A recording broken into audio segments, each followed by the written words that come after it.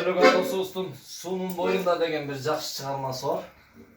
Шок жигиттердин чыгармасы, ошону баштап берейин.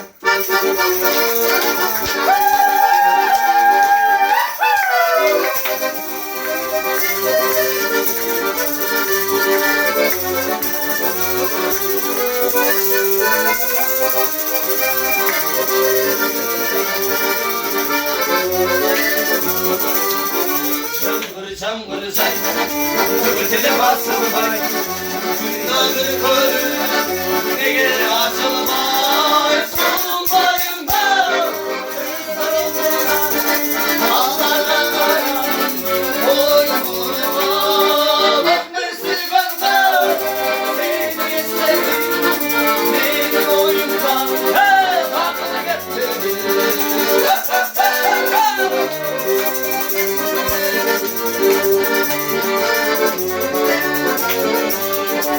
Olur görünürler, aklım andasın, sertli çağrılar, gör tasmam, solun bayında, kızdan olduran, ağlar bakarlar, boyun burunma, öpmesi banda, seni istedim, benim oyundan, ağlar getirdim.